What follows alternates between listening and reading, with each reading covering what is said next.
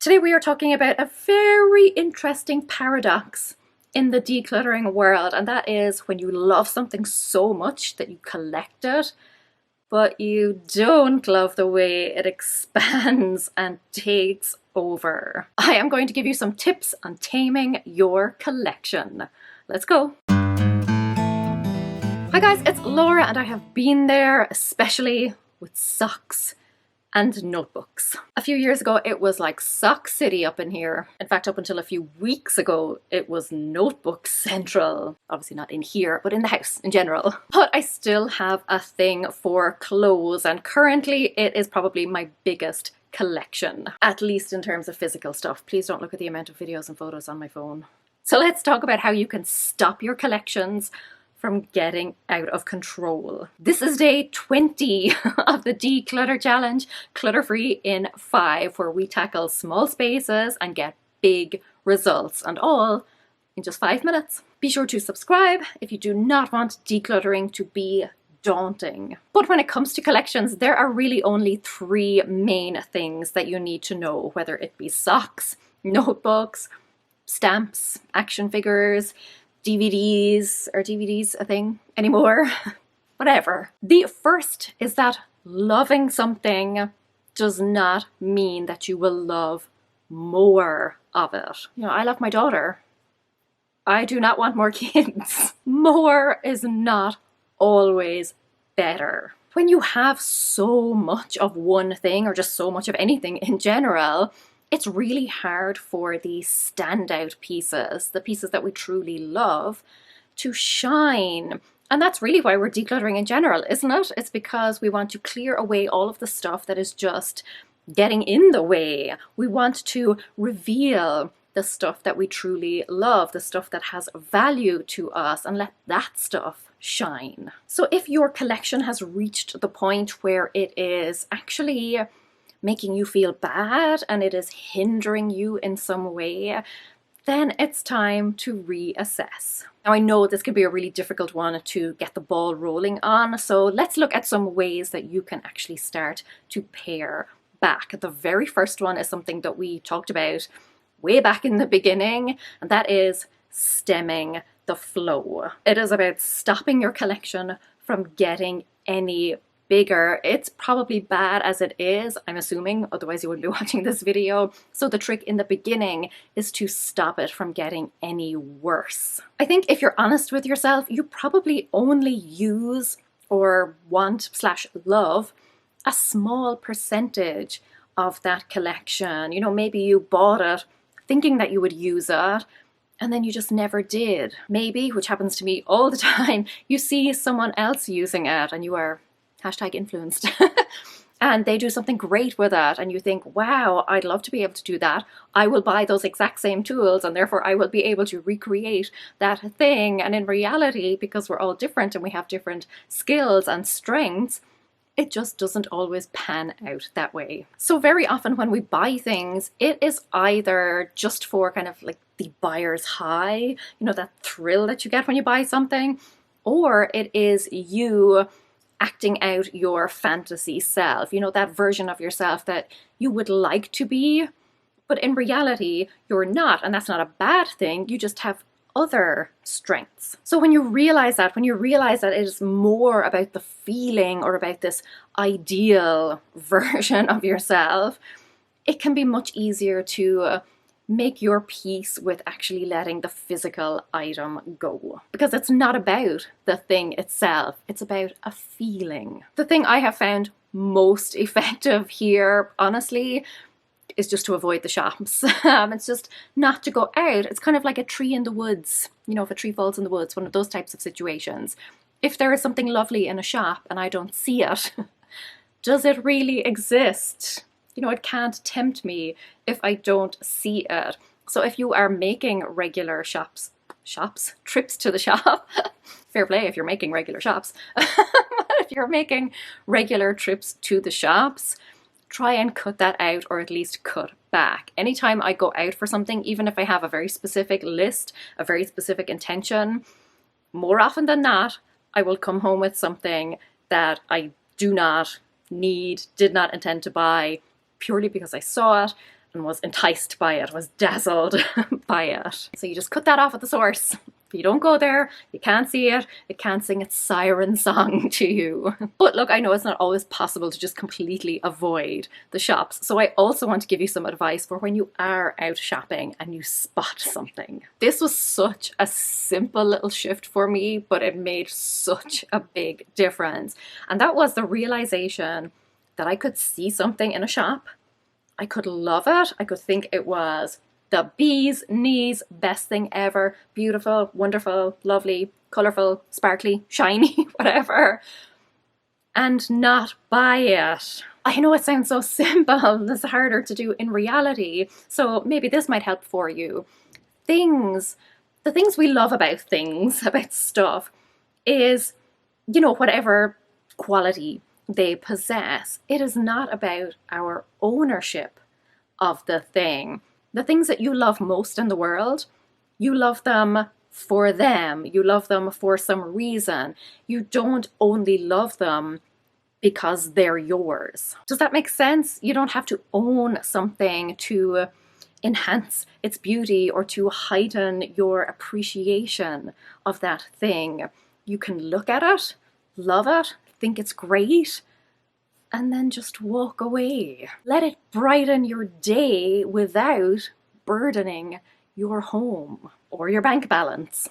Okay, but that's about actually stopping your collection from growing. You still have a collection. So how do we work on paring that back? Go through the questions that are in the workbook if you've already downloaded it. If not, you can go download it now, but go through those. But I think the main thing to consider is, what are the ones that you reach for most often, if it is kind of a utilitarian item?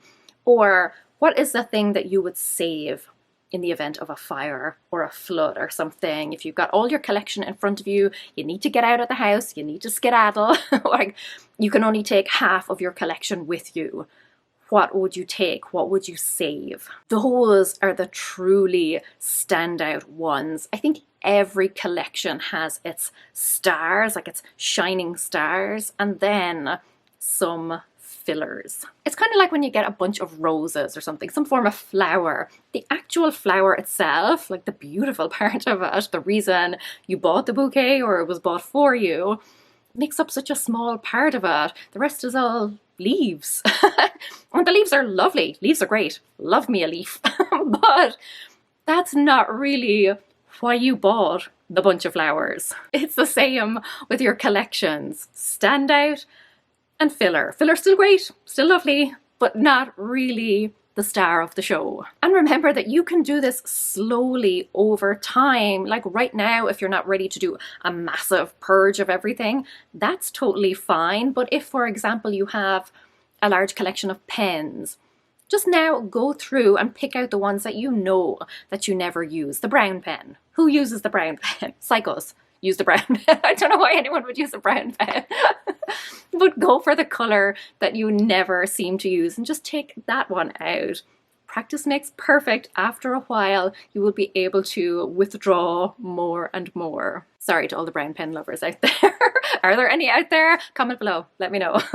And I've talked about this in previous videos, but it can be really helpful, particularly for stuff that is near and dear to your heart, if when you are donating it, you give it to a worthy cause. You give it somewhere where you know that it will be used and loved. That will make the whole process so much easier. So for example, if you have a friend who's just starting to get into this thing, whatever it may be, you could go in with the idea that you're going to make a little starter set for them, you know, a beginner's kit, using like little bits and pieces of the things that you're letting go of, but going in with that idea that it will be used and loved and really appreciated elsewhere can take away that separation anxiety and make it much easier to part with things. Now, I talked about standouts and fillers. So now I want to move on to the next thing, the second thing that you need to know about collections, and that is around sets. Let me tell you something that is going to change your life.